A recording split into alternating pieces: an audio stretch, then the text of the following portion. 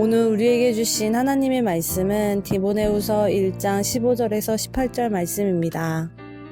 아시아에 있는 모든 사람이 나를 버린 이 일을 내가 아나니 그 중에는 부겔로와 허모게네도 있느니라.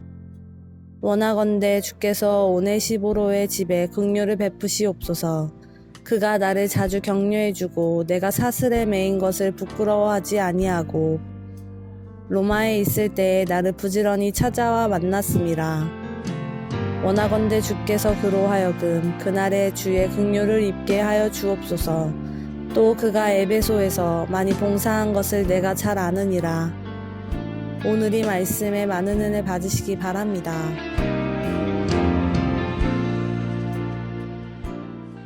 바울 사도가 교회를 세우고 전도하고 또 목회하는 가운데 어려운 일들을 경험할 때가 있었습니다.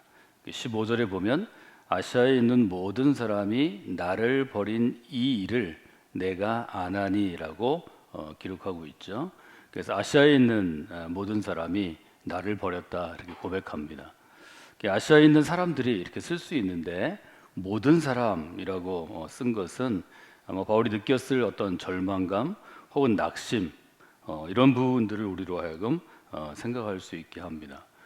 바울이 한 일은 빌립보서에서 얘기한 것처럼 겸손한 마음으로 자기보다 다른 사람을 낮게 여기는 것이고 자기 일뿐 아니라 다른 사람의 일을 돌보는, 말하자면 헌신하고 봉사하는 삶이었는데 돌아오는 것이 사람들이 나를 버리는 것, 돌아서기 때문에 배신하는 것, 또 믿음의 길을 떠나는 것, 또 교회에서 어려움을 주는 것, 이런 것들이 아주 속상하고 힘들었을 것으로 우리가 볼 수 있습니다.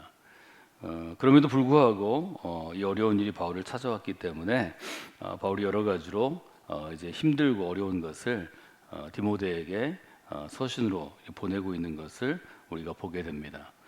신앙생활을 할 때 이런 어려운 일들이 매일 있는 것은 아니지만 아주 주기적으로 혹은 자주 찾아올 수 있습니다. 이때 이 어려움들을 어떻게 우리가 잘 견디어내고 또 이겨내느냐 하는 것이 우리 신앙생활에서 매우 중요한 그런 일인 것을 보게 됩니다. 문제는 이 어려움을 대하는 믿음의 사람으로 그리스도인으로서 우리의 자세이고 또 그 어려움들을 어떻게 신앙적으로 잘 이겨내고 더 높은 단계로 나아가느냐 하는 것이 중요한 것을 우리가 알게 됩니다. 바울이 이제 어려움을 이길 수 있었던 어떤 좋은 방식 또 좋은 비결을 우리에게 알려주는데 15절에 보면 아시아에 있는 모든 사람이 나를 버린 이 일을 내가 아나니 이렇게 쓰여 있습니다. 즉 이 일이 디모데도 잘 그 상황을 알고 있다는 거죠. 바울의 사정을 잘 알고 또 그의 억울함을 잘 아는 사람이 있다는 것이 바울에게는 아주 큰 위로가 되었던 것 같습니다.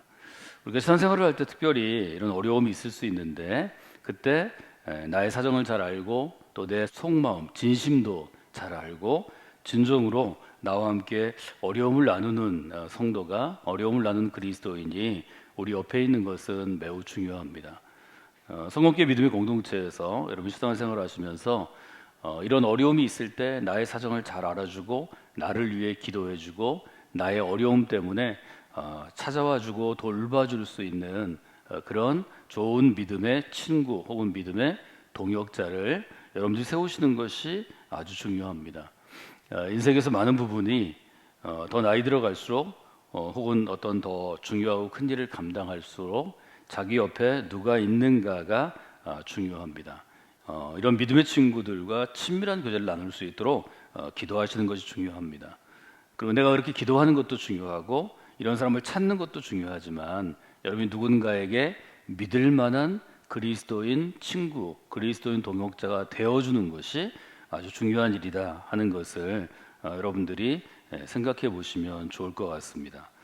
하나님께서 세상을 운영하시는 법칙 중에 하나가 심은 것이 그냥 자라는 게 아닙니다. 우리가 예를 들어 씨앗을 심었으면 씨앗이 싹이 트고 그 연한 순이 나와서 아주 퉁퉁한 나무 밑둥이 될 때까지 자라는 데는 수많은 에너지가 필요하고 관심이 필요하고 또 자기의 인생을 나누는 일종의 헌신이 필요합니다. 그냥 좋은 친구가 내 옆에 있는 게 아닙니다. 한 사람과 한 사람이 좋은 이런 펠로우십 관계를 유지하기 위해서는 그 사람을 향해서 내가 시간을 많이 들여야 하고 또 내가 관심을 많이 써야 하고 또 많은 것들을 서로 나누지 않으면 이런 좋은 관계가 1, 2년에 될 리가 없습니다. 심은 대로 거두리라 하는 말씀을 우리가 자연의 법칙 가운데 보게 되는데요. 사람 관계도 똑같습니다. 사람을 얻기 위해서 좋은 친구가 되기 위해서는 내가 먼저 좋은 친구가 되어줘야 하고 내 것을 나누어 다른 사람의 이익을 위해 쓸 줄 알아야 합니다. 여러분 신앙생활하면서도 이 점을 잘 보시고 여러분이 애쓰고 노력하고 여러분의 시간, 여러분이 갖고 있는 마음의 에너지, 여러분이 소중히 여기는 재정, 돈을 쓰지 않고는 이런 관계는 전혀 형성되지 않습니다.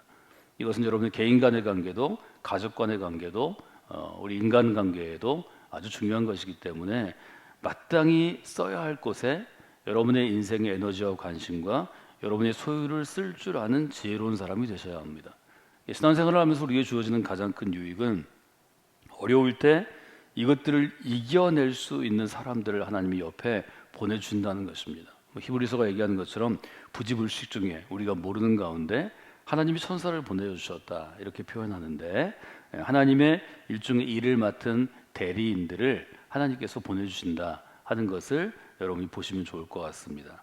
그래서 여러분들이 바울이 경험한 것처럼 모든 사람이 나를 버리는 어려운 가운데서도 그를 돕는 사람이 있었다는 것을 지금 디모데후서 1장의 마지막 단락은 우리에게 아주 분명하게 알려주고 있습니다. 모든 사람이 나를 버려도 믿음으로 나를 지켜주고 도울 수 있는 사람을 여러분이 반드시 두셔야 합니다. 여러분에게 이런 좋은 관계가 형성되기를 주님의 이름으로 축원해 드립니다. 하나님께서는 모든 사람에게 버림받은 바울을 그대로 두시지 아니했다고 바울이 고백합니다. 하나님은 선을 행하다가 어려움을 당한 사람을 도우십니다. 시편에 보면 여러 구절들이 있는데요. 예를 들어서 시편 앞쪽에서 보면 12절에 다윗의 시로 전해져 내려오는 부제에 이렇게 되어 있습니다. 여호와여 도우소서, 여호와 하나님 나를 도우소서. 경건한 자가 끊어지면, 경건한 자가 이 땅 가운데 넘어지게 되면 충실한 자들이 인생 중에 없어지나이다. 다윗이 자기를 돕는 이들 혹은 자기가 목표로 하는 경건한 사람, 충실한 사람이 또 하나님이 돕지 않으면 이 땅에서 끊어진다, 이 땅에서 죽게 되고 멸하게 된다 하는 것을 알려줍니다. 왜냐하면 다윗이 볼 때 2절에 보면 그들이 이웃에게 각기 거짓을 말하며, 거짓을 말하는 사람들이 다윗 주변에 있었던 것 같습니다. 아첨하는 입술과 두 마음으로 말하도다. 결국 다윗을 배신하는 사람들이 그에게 있는 거죠. 여호와께서 모든 아첨하는 입술과 자랑하는 혀를 끊으시리니, 이 두 가지를 조심하셔야 합니다. 여러분에게 입안의 혀처럼 얼굴 보기만 하면 만나기만 하면 아첨하는 사람들이 있습니다. 이 사람은 믿지 않는 게 좋습니다. 오늘은 여러분에게 아첨하지만 내일은 다른 사람을 만나서 여러분을 헐뜯을 것입니다. 또 자랑하는 혀가 있습니다. 만나기만 하면 자기 자랑, 자기 자녀 자랑, 하다못해 자기 강아지 자랑, 고양이 자랑 다 할 수 있습니다. 이런 사람도 주의하셔야 합니다. 여러분을 존중하지 않습니다. 다윗의 옆에 그런 사람들이 그를 어렵게 했습니다. 4절에 보면 그들이 말하기를 우리의 혀가 이기리라. 말을 능하게 진심이 담겨 있지 않고 겉으로 능하게 하는 사람을 주의하셔야 합니다. 우리 입술은 우리 것이니 우리를 주관할 자 누구리요. 그들은 교만한 사람들입니다. 내가 말을 잘하고 유능하고 관계를 잘하니까 누가 우리를 주관하겠는가? 하나님을 인정하지 않는 자들입니다. 여호와의 말씀에 가련한 자들의 눌림과 궁핍한 자들의 탄식으로 말미암아 내가 이제 일어나 그를 그가 원하는 안전한 지대에 두리라 하시도다. 가련한 자들의 눌려 있는 것, 궁핍한 사람들의 탄식, 힘들고 어렵다고 하나님께 탄원하는 것 때문에 그를 안전한 지대에 두리라. 시편의 탄원시들이 갖고 있는 아주 기본적인 일종의 패턴입니다. 그 점을 여러분들이 한번 돌아보시면 좋을 것 같습니다. 많은 사람이 바울을 버리고 떠나갔지만 하나님께서는 바울에게 가까이 다가와 그의 삶을 나눠준 사람을 허락하셨습니다. 10절에 보면 원하건대 주께서 오네시포로의 집에 긍휼을 베푸시옵소서. 다른 사람은 다 바울이 자기를 버렸기 때문에 마음으로 격앙되고 안 좋은 마음이 있었는데 오네시포로의 집에 긍휼을 베풀어 달라고 바울이 축복하며 기도합니다. 그 이유가 나오죠. 그는 나를 격려해 주었습니다. 내가 사슬에 매인 것, 감옥에 갇힌 것을 부끄러워하지 않았습니다. 로마에 있을 때 나를 부지런히 찾아와 만나 주었습니다. 한 일이 어떤 것인지를 아주 잘 보여줍니다. 첫째를 우리가 어제 보았는데요. 저가 나를 자주 유쾌하게 하고, 이때 유쾌하다라는 단어는 아주 무더운 날씨에, 땀이 뚝뚝 떨어지는 날씨에 냉장고에 있는 시원한 물을 가져다 주는 것과 같다. 더위에 시원한 냉수를 가져다 주는 것처럼 나의 마음을 시원케 하고 나의 영혼을 시원케 하고 나의 삶을 시원케 한다. 요즘에 우리가 자주 쓰는 간단한 영어 단어 중에 refresh라는 단어가 있습니다. 나를 한번 시원하게 해서 나를 깨어나게 하는 거죠.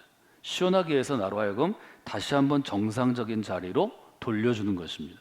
그래서 오네시포로의 집이 바울에게는 마음을 시원케 하는 그러한 역할을 했다라고 볼 수 있습니다. 어떻게 하면 이들이 바울의 마음을 시원케 하는 그런 역할을 하게 되었을까요? 16절의 세 번째 부분에 보면 내가 사슬에 매인 것을 부끄러워하지 아니하고, 바울이 복음을 전하다가 감옥에 여러 번 갇혔습니다. 그때 감옥에 갇힌 것을 보고 바울과 함께 교제하고 교회를 이루었던 성도들이 바울을 아마 비난했던 것 같습니다. 욕하기도 했을 것입니다. 교회를 떠나기도 했을 것입니다. 바울을 모른 채 하기도 했을 것입니다. 그런데 오네시포로와 그의 가족들은 그 바울을 부끄러워하지 않았다는 거죠. 부끄러워하지 않았다는 것은 바울의 편에 서서 바울을 변호했다는 것입니다.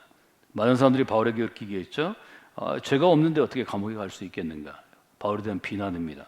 그때 아마 오네시포로와 그의 집의 사람들은 얘기했을 것입니다. 아닙니다. 그분은 죄인이 아닙니다. 그분은 실정법으로 수치스러운 부끄러운 죄를 지은 사람이 아닙니다.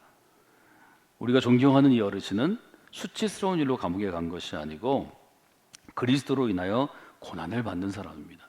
그는 신실한 주의 종이요 거룩한 목회의 길을 걷는 분이고 우리가 그분에게 도움을 많이 받았습니다. 누가 어려움을 당하면 이렇게 변호해 주는 것도 쉽지 않습니다. 한 사람이 어려움을 당하면 그 사람하고 가까운 사람들도 슬그머니 내 옆에 비난하는 사람처럼 돌멩이를 짚고 돌을 던지는 게 사회의 어떤 경향이고 인간의 본성인 것 같습니다. 여러분은 그렇게 하지 않으려고 노력해야 합니다. 하나님의 사람은 있는 진리에, 있는 사실에 좀 더 정직하기 위해서 노력해야 합니다. 그래서 나는 복음을 부끄러워하지 않습니다. 또 어제 나눈 것처럼 복음과 함께 고난을 받으십시오. 이 부분을 여러분들이 기억하시면 좋겠습니다. 바울은 어떻게 하면 바울의 마음이 시원하게 되었다고 그렇게 고백하게 되었을까요? 17절에 보면 이렇게 얘기하죠. 로마에 있을 때 오네시포로와 그의 가족들이 나를 부지런히 찾아와 만났습니다. 자주 찾아와 만났다는 것입니다. 여러분, 좋은 관계를 형성하기 위해서는 마음만 두는 것이 중요치 않습니다. 자주 만나야 더 가까운 관계가 됩니다. 가족들은 매일 볼 수 있으니까 같은 공간에서 함께 지내니까 자주 볼 수 있지만 그렇지 않은 경우에는 여러분들이 자주 만나는 것이 중요합니다. 여기 부지런이라는 말을 왜 넣었을까요? 감옥에 있을 때 나를 찾아와 나와 만났다 이렇게 표현할 수 있는데 부지런히라는 말은 왜 넣었을까요? 이것은 적극적인 그 태도를 보여주는 것입니다. 여러분이 바울의 서신들을 보면 부지런히, 열심히, 바울 같은 경우에는 전심전력하여, 왜 이런 부사어들을 자꾸 썼을까요? 그것은 하나님 앞에서 좀 더 우리가 열심히 간절하게 그를 찾는 모습들을 보기 위함입니다. 여러분, 그 점들을 늘 보셔야 합니다. 한국교회가 그동안 자랑했던 것은 높은 신학적인 성품이나 성과나 아니면 인격의 성숙이나 교회의 성숙이 아니었습니다. 한국교회는 열심히 있다. 열심히 있는 것으로 하나님 여기까지 도와주셨다. 지금은 열심 플러스 무엇이 되어야 합니다. 지금은 열심이 없는 세대이고 열심이 없는 교회가 되었습니다. 이제는 조금 더 믿음의 가치가 있기 전에는 한국교회가 그 역할을 감당하기가 어렵습니다. 여러분들 그 마음을 보시고 우리 교회 미래를 생각하면서 우리 교회를 누구에게 부탁할 것인지, 또 무엇을 교회에 부탁하고 그 사람들에게 부탁할 것인지를 돌아보시면서 그 점을 한번 생각해 보시면 좋을 것 같습니다. 우리가 마지막으로 봐야 할 것은 그럼 바울은 오네시포로와 그의 집을 위하여 어떻게 기도하고 있는가, 어떤 마음을 갖고 있는가 하는 것입니다. 16절에 이렇게 되어 있죠. 원하건대 주께서 오네시포로의 집에 긍휼을 베푸시옵소서. 오네시포로의 집에 긍휼을 베풀어 달라고 바울이 기도합니다. 마지막 절 18절에 보면 원하건대 주께서 그로 하여금 그날에 주의 긍휼을 입게 하여 주옵소서. 저는 이 기도문이 참 중요하다고 생각합니다. 바울은 가장 필요한 것이 주의 긍휼이라고 생각했던 것 같습니다. 긍휼은 어떤 뜻이 있나요?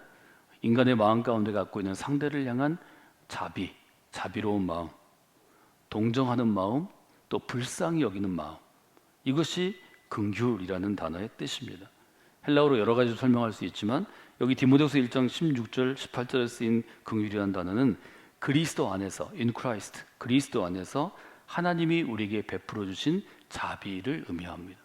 오늘 하루 하나님의 긍휼이 우리에게 임하지 않는다면, 주님이 우리를 그리스도 안에서 정말 긍휼히 여겨주지 않는다면 우리의 삶이 과연 가능할 것인가?